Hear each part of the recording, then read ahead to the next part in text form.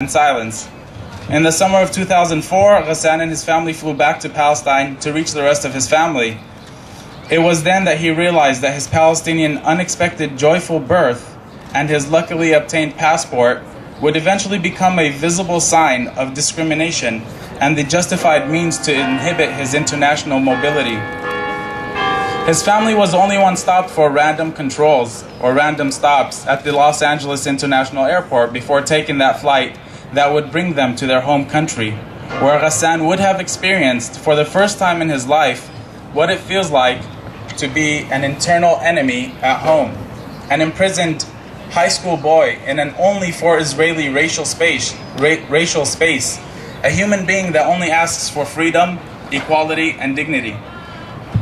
Living under military occupation, under the constant threat of being harassed, under the continuous fear of being watched, observed, shadowed, would not turn Ghassan in what the world would have expected, a terrorist. He has never been so angry as to want a gun over a pen.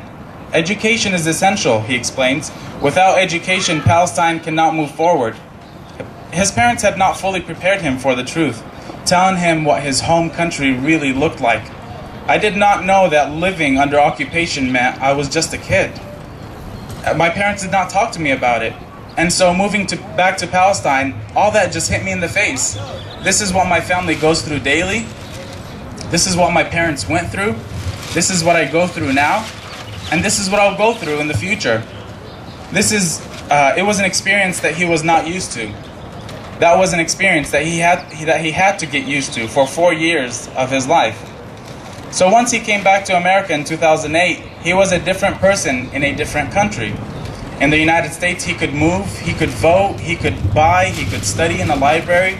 Whereas in Palestine, he was imprisoned in his own body, in his own country, in his own land, and in his own car. In the United States, he was not marked anymore by a green and white license plate. I have a car in the United States and I travel wherever I want, whenever I want, however long I want, he says. I have the freedom of movement. In Palestine, it is not the same. Palestinians have a separate driving license plate that is colored by green and white. And Israelis have their own license plates colored yellow and black. Israeli army, Israeli police, Israeli checkpoints know who is Palestinian, and they can easily forbid a Palestinian to move.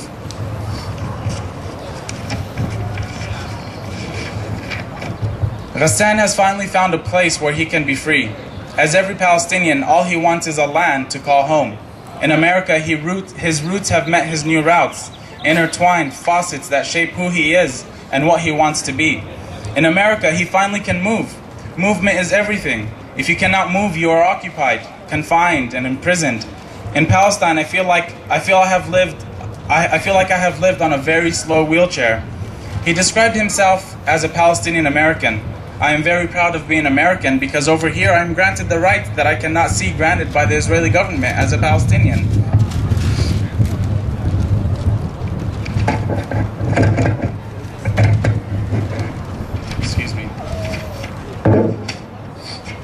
I'm very proud of being American because over here I'm granted the rights that I cannot see granted by the Israeli government as being a Palestinian. Here, Ghassan, as every Palestinian, the fear of being stopped and harassed because of his race or because of being Palestinian barely crosses his mind. You're in America, no one can stop you from doing whatever you want, he says. Even if Ghassan feels comfortable within the United States, he still loves his beloved Palestine, and he hopes to go back one day. Even if he knows this could only remain a dream. As other Palestinians, Ghassan experiences in-betweenness, since he is in between the feeling of being and wanting to be Palestinian and the impossibility to achieve that. Palestine is my home. I feel like I am a visitor here in America. The United States is the place where I study, where I was raised and grew up, the place where I may get married and have my own family. But Palestine is where I belong, where my culture lives.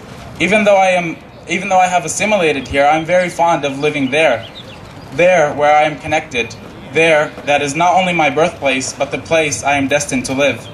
Ghassan is born in Palestine. He is born there, and he has a memory. He was born like everyone is born.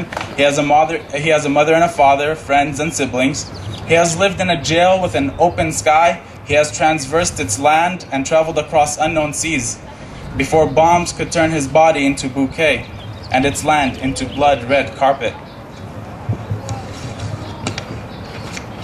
He is American, he is Californian, he is a human being. He can understand diversity, he can be assimilated. What he does not want is to be a Palestinian that will eventually never see Palestine anymore. To conclude, I am Bassam Hussein, and I am a third-generation Nakba survivor. Woo! Yeah,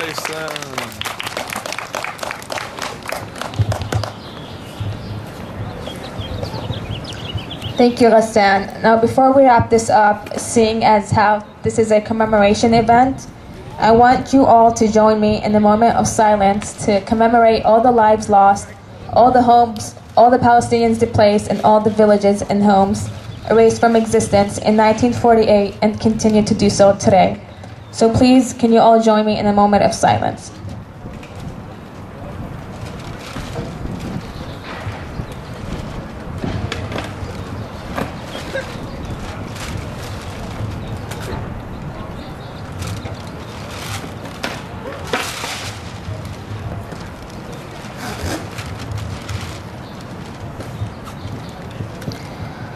Okay, can we just give it up for all the student speakers one more time?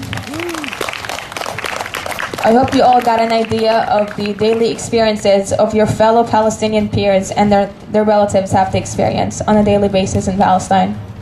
I just want to end with two more announcements. Seeing as to how this is our annual Palestine Awareness Week, we are having a movie screening of the award-winning documentary Occupation 101 tonight at 6 p.m. in Hub 269. And we're having a guest speaker, Alison Weir, the founder and executive director of If Americans Knew, joining us in an event titled U.S. Israel in the Media. She will be discussing U.S.-Israel relationships and the biases in media coverage between Israel and Palestine. That's tomorrow at 6 p.m. in Life Sciences 1500. Also, on Thursday night, we're having another screening of the movie Slingshot Hip Hop at 5 p.m. in Hub 269. So I hope I see you guys all there, and thanks for joining us today.